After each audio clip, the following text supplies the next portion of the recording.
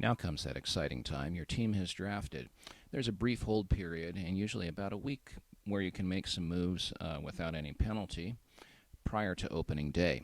So here we've got our team that is drafted, and we see there's that brief hold period.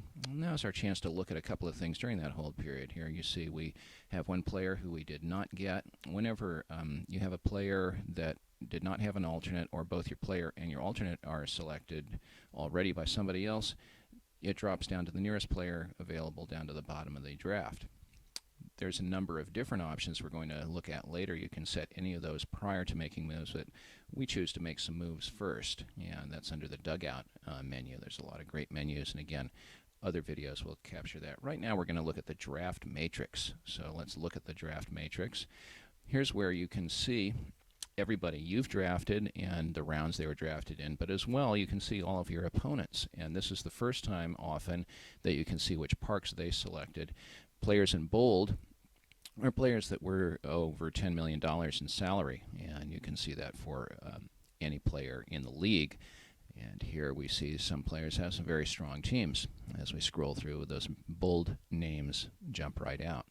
You can also see how much money players have left, which stadium. Here we're going to take a look at one of the ballparks.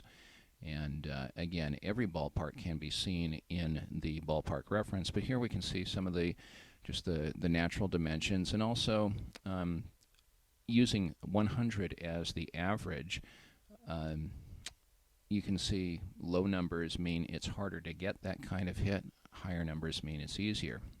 So we could, we're going to go ahead and look at my park, perhaps West Side Grounds. Here we go, McAfee Coliseum, and you can see that for left-handed batters, it's pretty good for singles, doubles, triples, harder for home runs, a little harder for base hits for your right-handed batters, and a little easier for home runs.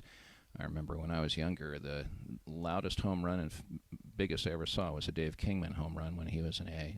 Left the ballpark so quickly, it was unbelievable as a right-handed batter. So there's your quick overview of the draft matrix. Later videos will show other aspects of setting lineups, pitching rotations, and both the bullpen and the utilities. So the draft matrix is a great way to get started planning your moves and actually making some, setting some of your lineup criteria. We'll go ahead and examine those in detail shortly.